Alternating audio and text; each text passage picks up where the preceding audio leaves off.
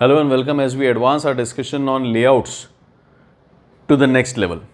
In last lecture when we met, we talked about essentials of a good layout, characteristics of a good layout कि एक अच्छे layout के अंदर क्या characteristics होनी चाहिए जब मैं उसको कहूँगा कि हाँ ये layout अच्छा है, हाँ ये layout efficient है. तो last lecture में we talked about that. In today's lecture we will talk about types of layouts कि layouts कितनी तरह के हो सकते हैं. उन लेआउट्स को अपन डिफ्रेंशिएट करने की कोशिश करेंगे कि मैं देख के बता सकूं कि इस प्रोडक्ट के लिए कौन सा लेआउट अच्छा रहेगा. कि अगर मेरा ये लेवल ऑफ ऑपरेशन है, इतना बनाऊंगा, इतना ज़्यादा बनाऊंगा, तो कितनी क्वांटिटी के हिसाब से कौन सा लेआउट बेटर है, कौन से प्रोडक्ट के हिसाब से कौन सा लेआउट बेटर है. तो today will talk on such issues. Now before we talk about layouts, हम क्या करेंगे आज. सबसे पहले तो क्या आता है, facility location. Production operation management की अगर हम स्कोप की बात करें तो सबसे ऊपर क्या आता है, फैसिलिटी लोकेशन कि कहां पे बनाया जाए, घर कहां बनाया जाए, फैक्ट्री कहां बनाई जाए. तो एट टॉप लेवल क्या आता है हमारे पास, फर्स्ट जो होता है वो होता है फैसिलिटी लोकेशन. सेकंड लेवल पे होता है फैसिलिटी लेआउट. फिर होता है प्रोडक्शन प्रोसेस. इस तरह से अगर हम scope of production operation management की बात करें तो एक एक करके हम ऐसे ऐसे काम करते जाएंगे. फॉर नाउ अगर हम ब्रेक लेते हैं तो इसकी तो हमने बात कर ली कि सबसे पहले तो हमारे को क्या चाहिएगा, लोकेशन चाहिएगी. लोकेशन हम फाइंड आउट कर चुके हैं, हमने प्रीवियस लेक्चर्स के अंदर देख लिया. अब हम लेआउट की बात कर रहे हैं कि कैसा नक्शा हो. हमने एक प्लॉट ले लिया, अब इस पे कैसा नक्शा बनाया जाए सो दैट हम उसको ऑप्टिमली यूटिलाइज कर सकें, जिससे कि मैं जो चीज़ प्रोड्यूस कर रहा हूं वो सबसे ज़्यादा क्वांटिटी में बन सके, सबसे कम कॉस्ट के अंदर बन सके. उस तरह का अब हम लेआउट बनाने की कोशिश करेंगे. यहां पे अब एक छोटा सा गड़बड़ आ जाती है कि जब तक मेरे को ये नहीं पता है कि मैं जो चीज़ मैं बनाऊंगा वो कैसे बनेगी, उसका प्रोडक्शन प्रोसेस क्या होगा, क्या मैं लेआउट बना सकता हूं. क्या मैं एक बहुत अच्छे इंजीनियर को बुलाता हूं और कहता हूं कि मेरे लिए एक लेआउट डिज़ाइन कर दो, मेरे लिए एक नक्शा बना दो, और मैं उसको ये ना बताऊं कि मैं बनाने वाला क्या हूं, स्टोरेज किस तरह की होगी. मैं उसको बीकानेर के अंदर बुलाता हूं, राजस्थान के अंदर बुलाता हूं और कहता हूं कि लो मेरे लिए एक लेआउट बना दो, बेस्ट फैक्ट्री पॉसिबल बना दो, वो बना देगा. फिर मैं उसको कहता हूं मेरे को ऑयल एक्सट्रैक्शन करना है, तो ये तो सारा गड़बड़ हो गया. ऑयल एक्सट्रैक्शन बीकानेर में कहाँ होने वाला है. इसका मतलब हुआ क्या कि मैंने उसको प्रोडक्ट नहीं बताया, उस प्रोडक्ट के हिसाब से उसको प्रोसेस नहीं पता है, तो वो मैप तो किसी और चीज़ का बना देगा. चलिए हम ऑयल एक्सट्रैक्शन को हटा देते हैं. मैं किसी को कहता हूँ कि आओ यार मेरे लिए एक लेआउट बना दो, और मैं उसको बताऊँ नहीं क्या बनाना है. राजस्थान के अंदर ही मेरी फैक्ट्री सेटअप होएगी, बेस्ट पॉसिबल फैक्ट्री लेआउट बनाओ, वो बना देगा. अब उसने तो पता नहीं क्या सोच करके बनाया होगा, और फिर मैं वहाँ आकर के कहता हूँ कि मेरे को यहाँ पे खेती करनी थी, उसके लिए लेआउट चाहिए था. तो उसने तो बिल्डिंग्स बना दी, उसने तो कमरे बना दिए, उसने तो जनरेटर रूम बना दिया, उसने तो डायरेक्टर्स बोर्ड रूम बना दिए. आपको तो खेती करनी थी यहाँ पे, आपको तो यहाँ पर आकर के कारपेंट्री करनी थी. तो इसका मतलब पहले मेरे को ये भी पता होना चाहिए कि जो चीज़ मैं करने वाला हूँ वो कैसे होगी, क्योंकि हर एक चीज़ की रिक्वायरमेंट्स अलग होती है. हमारे घर में कितने मेंबर हैं, हम कह देते हैं कि यार मेरे लिए एक मैप बना दो. अब वो मैप कैसे बना देगा, आप उसको कॉलोनी बताइए, आप उसको बताइए कि हमारे घर का फेस किस तरफ रहेगा, हमारे घर में कितने जने हैं, जो ये हमारे मेहमान होते हैं उनका आने का रेट क्या रहता है, कितने टाइम में कोई जन आता है जब कितने जने आते हैं. तो अगर बहुत ज़्यादा फ्रीक्वेंसी से गेस्ट्स आते हैं तो वो गेस्ट रूम बनाएगा. अगर कोई साल 2 साल में एक जना 2 जने आते हैं तो वो अलग तरह से करेगा. इसका मतलब मैं क्या करूँगा उस घर में, कैसे यूज़ होगा, ये उसको बताना पड़ेगा. Then only he can prepare a layout. तो इसका मतलब मेरे को प्रोडक्शन प्रोसेस पता होना चाहिए, तभी तो मैं लेआउट बना पाऊंगा कि मैं वहाँ क्या बनाऊंगा, कैसे बनाऊंगा. तो इसलिए फॉर टुडेज सेशन हम क्या करेंगे, हम फैसिलिटी लेआउट और प्रोडक्शन प्रोसेस इन दोनों को साथ में ओपन अप करेंगे. क्योंकि जब यही नहीं पता है तो फिर फैसिलिटी लेआउट पे हम जा नहीं सकते। और एक मज़ेदार बात यह है कि अगर आपको प्रोडक्शन प्रोसेस समझ में आ गया है तो उसी के आगे हम लेआउट फिक्स कर दें तो वो हमारा लेआउट समझ में आ जाएगा। लाइक क्या मतलब हुआ,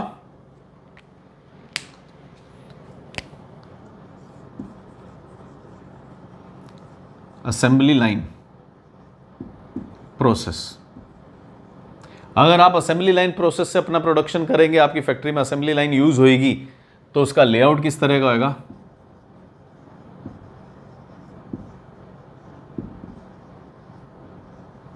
असेंबली लाइन लेआउट कह लीजिए, असेंबली लेआउट कह लीजिए। इसका मतलब अगर मेरे को प्रोसेस से समझ में आ गया तो मेरे को लेआउट्स ऐसे समझ में आ जाएंगे। और क्या हो सकता है? दूसरा एग्जांपल अगर हम लें तो जॉब शॉप लेआउट। अब अगर आपका जॉब शॉप प्रोसेस से अगर आपके यहाँ प्रोडक्शन हो रहा है, अगर आपका प्रोडक्शन जॉब शॉप है, job shop production process use हो रहा है, तो उसका लेआउट क्या हो जाएगा? Job shop layout. इसका मतलब अगर हमारे को प्रोसेसेस समझ में आ गए तो लेआउट्स भी समझ में आ जाएंगे। तो आज हम इन दोनों को साथ में ओपन अप करते हैं और फिर देखते हैं कि ये किस तरह से चल रहे हैं। अब इनको समझने के लिए, इनको ओपन अप करने के लिए हम क्या करेंगे? दो एक्सट्रीम एंड्स की बात करेंगे और फिर जो कुछ होगा वो इनके बीच में होगा या इनका कुछ ना कुछ कॉम्बिनेशन होगा। तो वो दो एक्सट्रीम एंड्स अगर मैं बनाने की कोशिश करूं तो क्या हो जाएंगे हमारे लिए? एक एक्सट्रीम एंड पे आ जाएगा मेरे पास प्रोडक्ट लेआउट, दूसरे एक्सट्रीम एंड पे मेरे पास आ जाएगा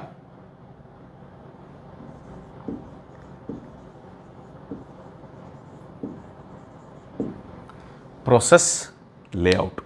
तो ये दो एक्सट्रीम एंड्स हो गए कि एक तरफ आपके पास प्रोडक्ट लेआउट है और दूसरी तरफ आपके पास प्रोसेस लेआउट है। बिल्कुल दो ऑपोजिट चीजें हैं ये। तो अगर हम इनको समझ पाएंगे तो हम आगे अपना काम कर सकेंगे। तो product layout and process layout. अच्छा, इसके जो दूसरे नाम हम देख सकते हैं कहीं पे जो हमारे को मिलेंगे, तो इसका दूसरा नाम आपको मिल सकता है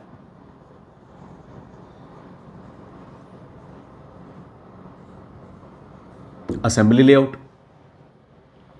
इसका दूसरा नाम आपको मिल सकता है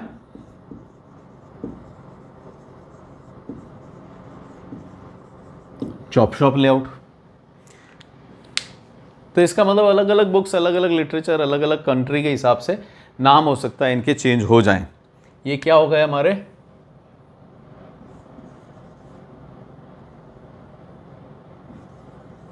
टाइप्स ऑफ लेआउट्स। हमारा आज का टॉपिक तो टाइप्स ऑफ लेआउट्स है, लेकिन समझने के लिए हम प्रोसेसेस को भी साथ में ही समझ रहे हैं। इनफैक्ट हम डिस्कशन तो प्रोसेसेस से ही शुरू करेंगे। तो जो दो हमने यहाँ देखे हैं वो क्या हो सकते हैं? प्रोडक्ट लेआउट हो सकता है या प्रोसेस लेआउट हो सकता है। नाम दूसरे अगर आप देखोगे दूसरी बुक्स के अंदर, अलग अलग बुक्स में, तो असेंबली लेआउट नाम मिल सकता है, जॉब शॉप लेआउट मिल सकता है। अब अगर हम इसके आगे देखें कि ये कहाँ पर यूज़ होता है, तो ये किस तरह के प्रोडक्शन प्रोसेस में यूज़ होता है? ये यूज़ होता है असेंबली लाइन प्रोसेस और ये यूज़ होता है जॉब शॉप प्रोसेस। मतलब अगर कोई ऐसा प्रोडक्ट है जो कि असेंबली लाइन प्रोसेस से बनता है, ये प्रोसेस क्या है ये अभी हम देखते हैं, डिस्कस करते हैं। असेंबली लाइन प्रोसेस से बनता है तो वो कौन सा यूज़ करेगा? प्रोडक्ट लेआउट या असेंबली लेआउट। उसका जो लेआउट होगा, उसका जो डिज़ाइन होगा कि फैक्ट्री कैसी रहेगी, उसको हम या तो प्रोडक्ट लेआउट कह देंगे या असेंबली लेआउट। अगर कोई प्रोडक्ट ऐसा है जो जॉब शॉप प्रोसेस से बनता है तो उसका जो डिज़ाइन होगा उस फैक्ट्री का, उस सेटअप का, उसको हम या तो प्रोसेस लेआउट कह देंगे या जॉब शॉप लेआउट कह देंगे। अब before we proceed with our discussion, यहाँ पे मैं कुछ एग्जाम्पल्स रखने चाहूँगा कि ये कहाँ यूज़ होता है। ये यूज़ होता है थिंग्स लाइक कारपेंट्री या टेलरिंग। इन जगहों पे अगर हम देखेंगे तो जो प्रोडक्शन प्रोसेस है, अब मेरे को समझाने की ज़रूरत नहीं है आपको कि कौन सा क्या होता है। इमेजिन करके देखिए कि जहाँ टेलरिंग हो रही होती है, जहाँ कारपेंटरिंग हो रही होती है, जो खाती होते हैं, सुथार होते हैं, जो हमारा ये दरवाज़ा बनाते हैं, फर्नीचर बनाते हैं, लकड़ी का काम करते हैं, हमारे लिए एक पूरी वुड वॉल तैयार कर देते हैं जिसमें हम टेलीविज़न का कैबिनेट बना लेते हैं, स्पीकर्स लगवा देते हैं। कारपेंट्री, सारा कपड़ा जो बनता है वो टेलरिंग। हाँ, टेलरिंग के अंदर या जो कपड़े की बात कर रहे हैं उसके अंदर हम अपने आप को थोड़ा सा रिस्ट्रिक्ट करें, अगर हम समझना चाहते हैं, अगर हम प्रोसेस को समझना चाहते हैं, तो यहाँ जो आप टेलरिंग इमेजिन कर रहे हैं कि ये किस तरह से होता है, किस तरह से लोग बैठते हैं, कितने लोग बैठते हैं, तो अगर आप उसको इमेजिन कर रहे हैं तो हम इसको रेडीमेड गारमेंट्स में ना ले जाएं, क्योंकि रेडीमेड गारमेंट्स में क्या होता है, थोड़ा सा प्रोडक्शन प्रोसेस अलग होता है। इवन कारपेंटरी की भी अगर बात करें तो आप इनको ब्रांडेड जो हमारा फर्नीचर है उसमें ना ले जाएं, क्योंकि ब्रांडेड फर्नीचर का प्रोडक्शन थोड़ा सा अलग होता है। इन दोनों में जब मैं बात कर रहा हूं तो ये कौन से कर रहा हूं कि हमारे लेवल पे जो हम दुकान पर देखते हैं और जाकर के कुछ भी ऑर्डर देके बनवा लेते हैं, उसकी बात कर रहा हूं, ठीक है। तो यहाँ पे आप वो ब्रांडेड वाला ना देखें जहाँ पे लार्ज स्केल प्रोडक्शन हो रहा है, उसको देखें जो अपने आसपास होता है कि हमने एक ड्रेस ली, ऑल्ट्रेशन के लिए किसी को दे दी, हमने कपड़ा लिया किसी को सूट बनाने के लिए दे दिया, उस लेवल का हम इमेजिन करें। कारपेंटरी है तो हमारे घर में जो हमने वुड वर्क कराया, हमारे घर के लिए जो फर्नीचर बनवाया, उसको इमेजिन करें। उस ब्रांडेड वाले को इमेजिन ना करें कि जहाँ पे हमारी कंप्यूटर की टेबल्स आती हैं तो वो थाउजेंड्स ऑफ टेबल्स आ रही हैं, वो नहीं। हम वो इमेजिन करें जो हमारे सामने बनता है। तो इसका अगर केस करना है समझने के लिए तो वो वाला इमेजिन करें। यहाँ अगर हम बात कर रहे हैं तो ये किस तरह का रहेगा, कार्स जब मैं कह रहा हूँ तो ऑटो हो गया, कार्स भी आ जाएंगी, बाइक्स भी आ जाएंगी, न्यूज़पेपर्स एंड ऑयल एक्सट्रैक्शन। अब मैं जब एंड बोल दिया हूं तो इसका मतलब ये नहीं है कि ये लास्ट है, मतलब इस तरह की कुछ चीज है। अब before we proceed with this discussion, आप एक बार के लिए यही कर सकते हैं एज एन एक्सरसाइज कि इस वीडियो को पॉज कर दें और इस वीडियो को पॉज करके इन दोनों के अंदर डिफरेंसेस याद करने की कोशिश करें, क्योंकि कहीं ना कहीं हमने न्यूज़ में, ऐड में, फोटोज़ के अंदर इसको भी देखा होगा। इसको तो हमने लाइव देखा हुआ होता है, मार्केट जब हम जाते हैं, कहीं पे भी किसी से टकराएं, कहीं काम होता हुआ देखा है तो आप चाहें तो इस वीडियो को एक बार पॉज करें एंड इमेजिन कि ये दो किस तरह के सेटअप्स होते हैं। अगर वो चीज़ें हमारे को समझ में आ गई तो फिर आगे जो हम डिस्कशन कर रहे हैं वो तो मैं सिर्फ आपको बताऊंगा, आपको वो ऑलरेडी पता होगा। तो इमेजिन दीज टू केसेस कि ये किस तरह से ऑपरेट करते हैं। नाउ कुछ थोड़ा बहुत दिमाग के अंदर आइडिया आया होगा, तो let us compare these to.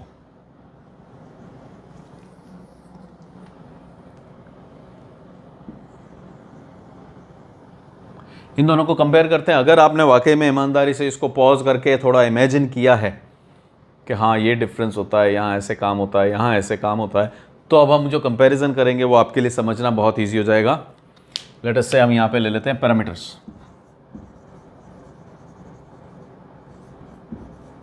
Parameters या बेसिस फॉर कंपैरिजन, कुछ भी कह सकते हैं, वो चीज़ यहाँ पे लिख देंगे हम।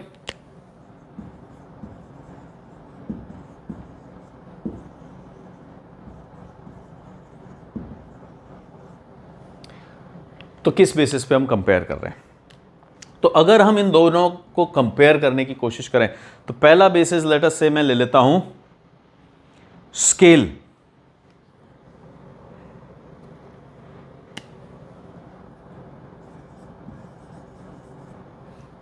स्केल ऑफ प्रोडक्शन, इसको थोड़ा सा यहां पे लिख देते हैं जिससे हमारे पास स्पेस रह जाए।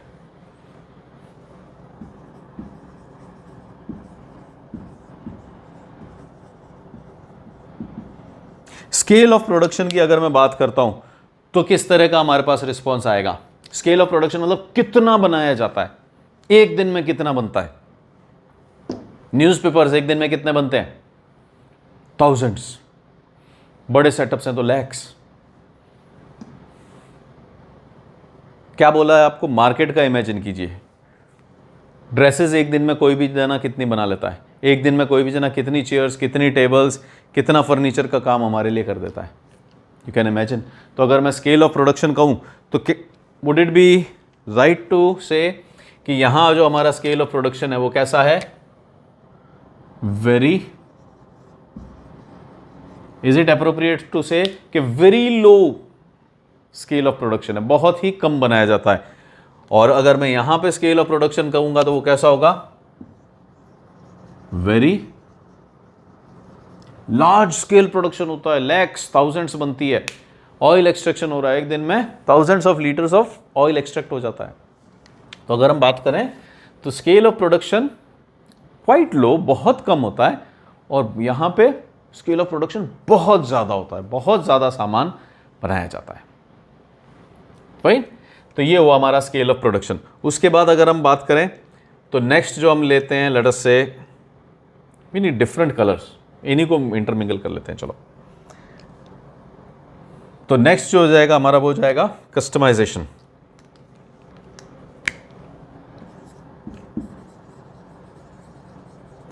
स्टैंडर्डाइजेशन, और इसका एक मिलता जुलता ऑपोजिट, मिलता जुलता नहीं, एग्जैक्ट ऑपोजिट हो जाता है कस्टमाइजेशन।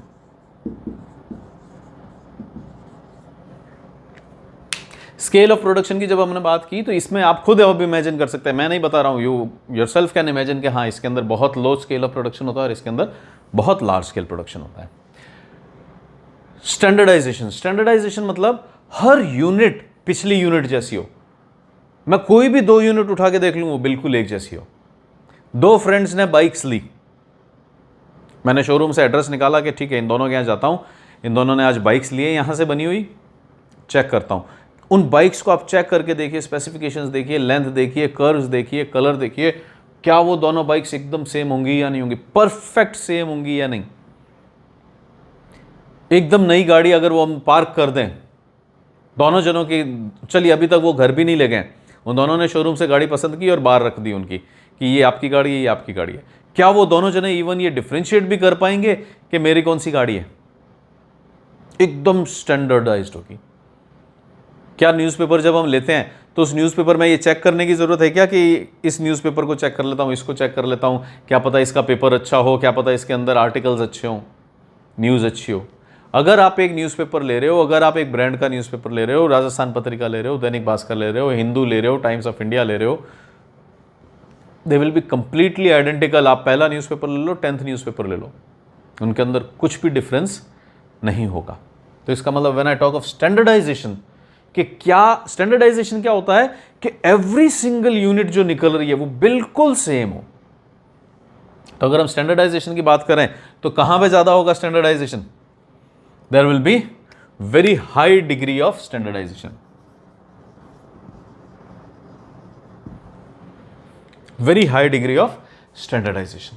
जबकि अगर मैं यहां बात करता हूं तो very low degree of standardisation. Same size हम बोल देते हैं, सेम कपड़ा दे देते हैं कि ये 2 शर्ट्स बिल्कुल सेम साइज के बनाना, लेकिन वो शर्ट जब आप देखोगे तो हो सकता है 1 mm का, हो सकता है 2 mm का, centimetre is this big, 1 mm is this big, आपको पता भी नहीं पड़ेगा 1 mm, लेकिन हो सकता है उसके अंदर वो डिफरेंस आ जाए। तो इसका मतलब एक यूनिट दूसरी यूनिट में डिफरेंस आएगा। 10 दिन बाद में जाकर के कहता हूं कि आपके पास वो वाला मेजरमेंट पड़ा है, आपके पास वो वाला डिजाइन पड़ा हुआ है, मेरे को एक स्टूल और बना दीजिए, मेरे को एक ड्रेस और बनवा दीजिए। उसकी मेजरमेंट उसके पास है, कपड़ा उसको ध्यान है क्या था, लेकिन अब जब वो बनाएगा 10 दिन बाद, डेफिनेटली वो थोड़े से अलग हो ही सकते हैं। तो यहां पे इसका मतलब क्या हो रहा है? अगर मैं स्टैंडर्डाइजेशन की बात कर रहा हूं, standardisation is every unit meeting a standard. जो बना दिया गया है, जो तय कर दिया गया है, हर यूनिट उस स्टैंडर्ड किया है। Very high degree of standardisation. और अगर हम इधर आ जाते हैं, very low degree of standardisation. हाँ, अगर आपने 2 शर्ट्स आज बनवाए हैं तो हो सकता है वो थोड़े बहुत बराबर हो, थोड़े बहुत सेम हो, क्योंकि उसने दोनों कपड़े सेम कट कर दिए होंगे, साथ में कट कर दिए होंगे। लेकिन if you order the very same thing 15 days हैंस, हो सकता है अब जो वो स्टूल बनाएगा, हो सकता है अब जो वो कपड़ा बनाएगा वो अलग हो। तो स्टैंडर्डाइजेशन की अगर हम बात करें कि every single unit being similar, काफ़ी लो है हमारा स्टैंडर्डाइजेशन इन जॉब शॉप। असेंबली लाइन की बात करते हैं या असेंबली लाइन प्रोसेस की बात करते हैं तो बहुत high. Right now we are talking of processes. अभी जो हमारा डिस्कशन चल रहा है वो किस पे चल रहा है? प्रोसेसेस पे। हालांकि हमारे को जाना लेआउट पे था, लेकिन unless we understand processes, layout पे जाना लॉजिकल नहीं है। तो right now we are talking of processes, और इन प्रोसेसेस से स्मूथली हम कहां चले जाएंगे कि इस प्रोसेस के लिए कौन सा लेआउट चाहिए, वो उसका लेआउट हो जाएगा। कस्टमाइजेशन। स्टैंडर्डाइजेशन क्या था? Every single unit being same, आज बन रही है चाहे 10 दिन बाद बन रही है, दैट इज स्टैंडर्डाइजेशन। कस्टमाइजेशन क्या है? Every single unit being different. क्या मैं अपनी इच्छा से उसको कस्टमाइज करवा सकता हूं? क्या मैं बोल सकता हूं कि ये 2 जो आप स्टूल्स बना रहे हो, ये दोनों बिल्कुल सेम बनाओ, लेकिन इनके ऊपर जो कवर लगेगा या इनके ऊपर जो पॉलिश होगी या जो इनके ऊपर पेंट होगा वो अलग कर देना, एक में व्हाइट कर देना, एक में ब्लैक कर देना। Is it possible? Definitely possible है। अगर हम यहाँ बात करते हैं फर्नीचर की, अगर हम ड्रेस की बात करते हैं कि बिल्कुल सेम शर्ट्स बना देना, एक में काले बटन लगा देना और एक में वाइट बटन, वो डेफिनेटली लगा देगा। उसको तो हाथ से लगाने 6 बटन 8 बटन, वो एक में काला लगा देगा, एक में सफ़ेद लगा देगा। तो कस्टमाइजेशन हुआ या नहीं हुआ? बिल्कुल हो रहा है। जबकि अगर हम इधर आ जाएं तो कस्टमाइजेशन होता है क्या? क्या मैं आज जो पेट्रोल ले रहा हूं 10 दिन बाद जाकर के पेट्रोल लूंगा, 3 महीने बाद जाकर के पेट्रोल लूंगा, क्या वो पेट्रोल अलग होगा? सेम पेट्रोल निकलेगा। जो उसका केमिकल कॉम्पोजिशन है वो बिल्कुल सेम रहने वाला है। उसकी जो क्वालिटीज़ हैं, जो उसकी माइलेज मिलेगी वो बिल्कुल सेम रहने वाली है। बाइक्स की बात कर लो, एक जने ने आज ली है और उसने क्या किया, बुक करा करके रख दी लेकिन पिकअप नहीं की। कोई जना 6 महीने बाद ले रहा है और उसकी भी बाइक वहीं पे पड़ी हुई है। क्या दोनों बाइक्स में कुछ डिफरेंस आएगा? अनलेस कोई मॉडल चेंज आया है, वो अलग बात है। अगर सेम मॉडल की सेम बाइक है तो वो दोनों बाइक्स बिल्कुल सेम दिखेंगी। तो इसका मतलब अगर मैं कस्टमाइजेशन की बात करता हूं, क्या वो बाइक मेरे कहने से अलग बना देगा? यहां तो उसने मेरे कहने से बटन्स अलग लगा दिए, यहां तो स्टूल पे उसने पेंट अलग कर दिया। क्या मैं कह देता हूं बाइक अलग बना दो, वो बाइक अलग थोड़ी बनेगी। बाइक्स तो मशीन से बनती है, स्टैंडर्डाइज्ड ही बनेगी। क्या मैं कह देता हूं कि नहीं मुझे तो कॉमेडी न्यूज़पेपर चाहिए, मुझे तो थोड़ा फन चाहिए, लाइवली चाहिए, तो मेरे को ये न्यूज़ मत दो, पॉलिटिकल मत दो। न्यूज़पेपर तो न्यूज़पेपर आएगा। आपको अगर चेंज करना है तो आप ब्रांड चेंज कर लीजिए, आप न्यूज़पेपर की जगह दूसरी मैगजीन देख लीजिए। लेकिन इस न्यूज़पेपर में मेरे कहने से कुछ चेंजेस नहीं होंगे। तो इसका मतलब अगर मैं इधर आ रहा हूं, मैं कह देता हूं कि नहीं मेरे को थोड़ा पतला पेट्रोल दे दो, नहीं मेरे को एनर्जी वो फ्यूल एफिशिएंसी नहीं चाहिए, मेरे को पावर एफिशिएंसी चाहिए, वो मेरे कहने से नहीं होगा। वो तो जो पेट्रोल आ रहा है वैसा ही पेट्रोल आएगा। इसका मतलब if we talk of customization that I can demand for, उस कस्टमाइजेशन की अगर मैं बात करता हूं तो किस तरह का रहेगा?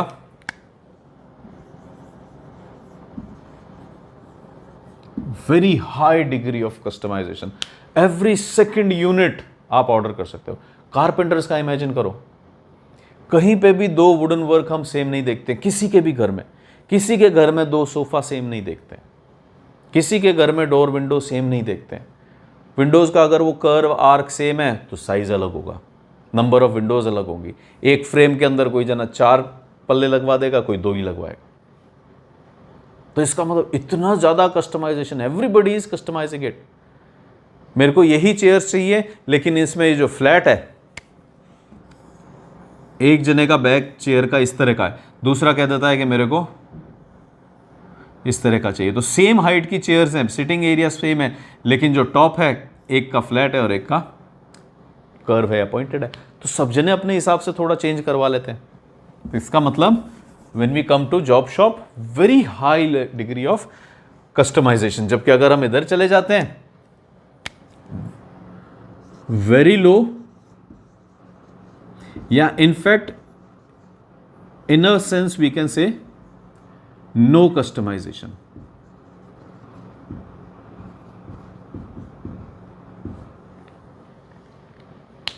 ऑलमोस्ट नहीं है, लेकिन ये एक एक्सट्रीम केस हो जाएगा कि नो कस्टमाइजेशन। कुछ केसेस में हम थोड़ा कस्टमाइजेशन करा सकते हैं, जैसे कि न्यूज़पेपर भी हम लेते हैं तो उसमें वेडनेसडे का एडिशन अलग आता है, सैटरडे का एडिशन अलग आता है। उस एडिशन को अगर लेना है तो वो 1 रुपया एक्स्ट्रा लेता है। तो सब जनों का न्यूज़पेपर 3 रुपये का आएगा डेली का, लेकिन अगर आपने वेडनेसडे और सैटरडे का वो सब्सक्रिप्शन ले रखा है तो वेडनेसडे और सैटरडे का आपका 4.5 रुपये का आ जाएगा। तो कस्टमाइजेशन थोड़ा सा, बहुत थोड़ा सा, लेकिन उसमें फिर ये नहीं है कि मेरे को 2 पेज देना और मेरे को 4 पेज देना। तो ऑलमोस्ट नो कस्टमाइजेशन है। बाइक्स के अंदर कोई कस्टमाइजेशन नहीं है, बट बाइक्स में अब कस्टमाइजेशन डालने लगे। कैसे? कि वो एसेसरीज नहीं देते हैं। तो कोई साइड स्टैंड अलग टाइप का लगाता है, कोई अलग लगाता है, कोई रियर व्यू मिरर लगाता है, कोई नहीं लगाता है, कोई अलग लगाता है। तो literally there is no customization. लेकिन अगर कोई आर्ग्यू करता है तो we can say very low degree of customization, जबकि यहां पे very high degree of customization. Then अगर हम बात करें तो यहां पे क्या आता है?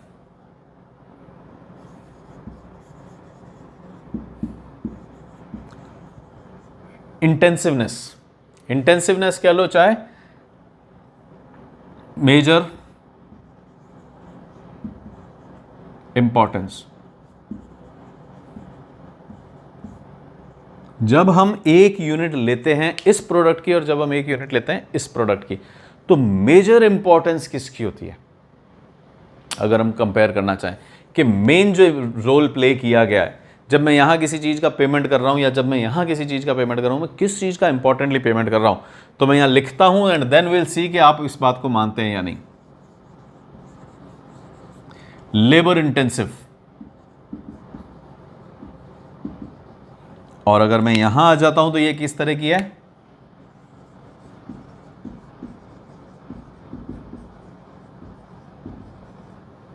Capital intensive.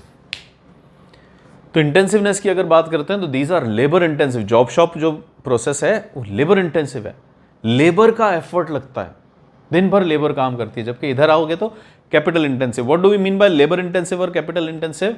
हम इसको एक इजी तरीके से ऐसे समझ सकते हैं कि जब मैं एक यूनिट का पेमेंट करता हूं, जब मैं 100 रुपया देता हूं, जब मैं 200 रुपया देता हूं, मैं 10,000 रुपया देता हूं, 1,00,000 रुपया देता हूं, तो किस चीज़ का ज़्यादा है उसमें? वो लाख रुपया ज़्यादा कंपोनेंट किसका है?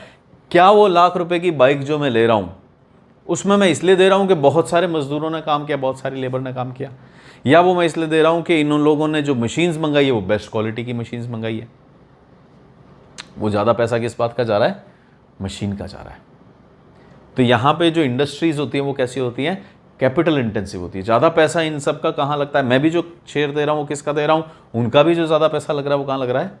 मशीन्स में लग रहा है।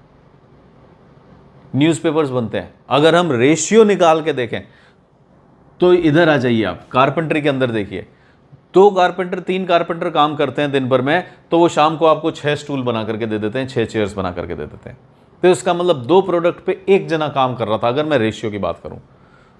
जबकि यहां आ जाइए, lakhs of newspaper, thousands of newspapers निकलते हैं, लेकिन अगर उस पूरी प्रेस में देखें तो कितने होंगे? 100 होंगे, 200 होंगे, 500 जने होंगे, 1000 जने होंगे। अब 1000 जनों ने 1,00,000 न्यूज़पेपर निकाल दिए हमारे लिए, तो इसका मतलब 1 जने ने कितने न्यूज़पेपर निकाल दिए? 100 न्यूज़पेपर निकाल दिए।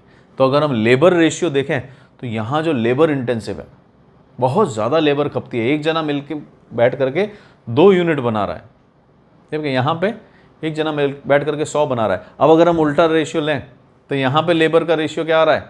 पर यूनिट हाफ लेबर लग रही है, जबकि यहाँ पे पर यूनिट 1/100th लेबर लग रही है। 100 यूनिट बन गई 1 जने के नाम पे, 1000 जने हमारी फैसिलिटी पे हैं, 1,00,000 न्यूज़पेपर हमने बनाए, तो इसका मतलब पर यूनिट कितनी लेबर लगी? 1/100। जबकि यहाँ पे पर यूनिट कितनी लेबर लग रही है? 1 जने का आधा दिन लग रहा है, जबकि यहाँ पे 1/100th ऑफ अ डे लग रहा है। तो वी कैन सी कि ये लेबर इंटेंसिव है। मशीन्स की बात करें तो यहाँ की मशीन्स कैसी होती है? Lakhs of rupees, crores of rupees. जबकि यहाँ मशीन्स क्या होती हैं? किसी टेलर का अगर हम देखें, किसी कारपेंटर का हम देखें तो क्या है? एक सीजर होगी, एक आरी होगी, 100 रुपया, 200 रुपया, 500 रुपये का इनके टूल्स होते हैं, इनकी मशीन्स होती हैं। Those are also machines. वो मशीन्स कितने की हैं? 100, 200, 500 रुपये की हैं। तो बहुत ही लेबर इंटेंसिव है। मेजर चंक कहाँ है? यहाँ। जबकि यहाँ पे क्या है? लेबर का इतना बड़ा रोल नहीं है। बड़ा रोल किसका है? कैपिटल इंटेंसिव है। ज़्यादा बड़ा रोल किसका है? पैसे का है। ज़्यादा बड़ा रोल किसका है? मशीन्स का है। फिर अगर मैं देखूँ नेक्स्ट कंपैरिजन,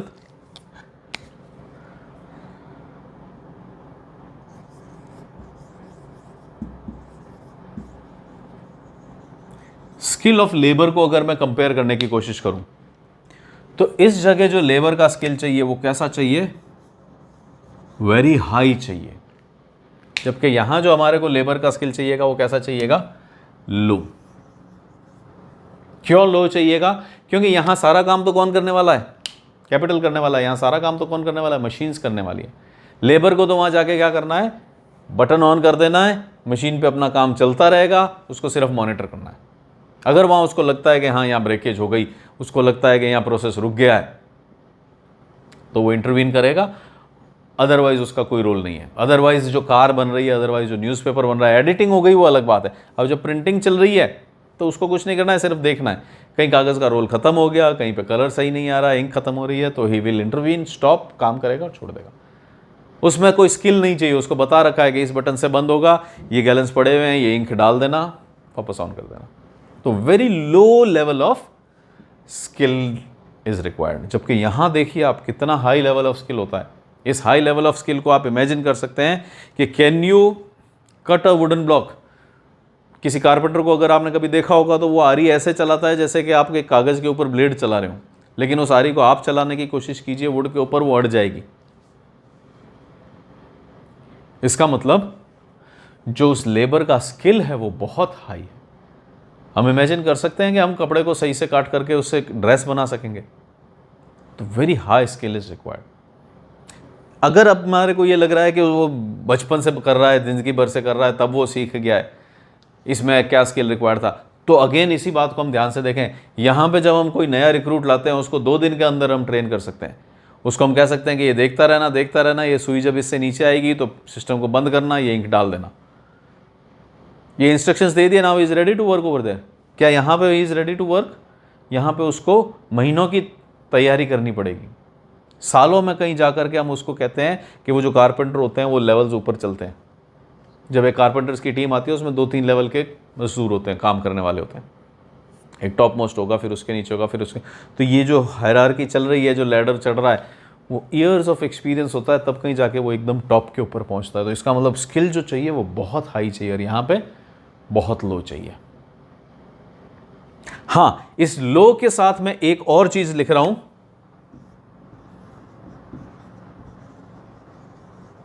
एक्सट्रीमली हाई। इसका मतलब अगर मैं यहां आ जाता हूं तो स्किल कैसा चाहिए मेरे को लेबर का? Broadly high and low. लेकिन यहां पे कुछ ऐसी भी लेबर होती है जिसका स्किल बहुत एक्सट्रीमली हाई होता है। जैसे कि कार मैन्युफैक्चरिंग हो रही है, वो आदमी उसको कार को बनते हुए देखता रहता है, कुछ नहीं करता है। ही हैज टू इंटरवीन जब उस कार के अंदर कोई प्रॉब्लम आ रही है, तो इसका मतलब बहुत लो स्किल सेट चाहिए। लेकिन उस कार को डिजाइन भी तो कोई कर रहा होगा, वो बहुत ज्यादा हाई स्किल का है, इन लोगों से भी बहुत ज्यादा हाई स्किल का है। वो तो IITs के निकले हुए लोग हैं, वो IIMs के निकले हुए लोग हैं, वो बड़ी बड़ी इंजीनियरिंग फर्म्स के साइंटिस्ट्स हैं। तो इसका मतलब यहाँ पे एक तो बहुत लो स्किल सेट के लोग चाहिए, एक एक्सट्रीमली हाई स्किल सेट के लोग भी चाहिए, बट ये बहुत कम होते हैं। 2, 5, 10, 20, 50 जनों की टीम होती है बड़ी बड़ी कंपनीज के अंदर। लेकिन यहाँ पे जो लो लेवल के चाहिए वो बहुत सारे चाहिए। फैक्ट्री के अंदर कितनी सारी मशीन्स होती हैं, उन सब मशीन्स पे 1-1, 2-2 आदमी लगे हुए होंगे। जबकि ये इंजीनियर्स हैं वो पूरे इंटरनेशनल लेवल पे क्या होता है, सैमसंग की बात करें, एप्पल की बात करें, एक यूनिट है, वहाँ R&D चल रही है। जबकि उनके जो प्लांट्स के अंदर काम हो रहा है वो अलग अलग कंट्रीज़ के अंदर बन रहा है, प्रोडक्शन हो रहा है, तो हर जगह चाहिएगा। तो ये लोग बहुत ज़्यादा चाहिए, थोड़ी क्वांटिटी के अंदर ये लोग भी चाहिए। तो बिल्कुल उल्टा हो गया कि बहुत सारे लोग जो चाहिए वो तो लो स्किल सेट के चाहिए, लेकिन कुछ ऐसे चाहिए जो एक्सट्रीमली हाई हैं, इनसे भी ज़्यादा इंटेलिजेंट लोग चाहिए, इनसे भी ज़्यादा स्मार्ट चाहिए, इनसे भी ज़्यादा स्किल चाहिए। तो if we talk on these parameters, क्या हो गए? Scale of production, standardisation, customisation, intensiveness, skill of labour, तो हमारे को ये सब चीज़ें मिलती है। Fine, so this was a comparison of 2 important production processes. Remember we started our discussion with types of layouts, लेकिन अभी हमने टाइप्स ऑफ लेआउट्स की बात नहीं की, अभी रादर हमने बात की है प्रोसेसेस की। ये 2 इंपॉर्टेंट प्रोसेसेस हुए।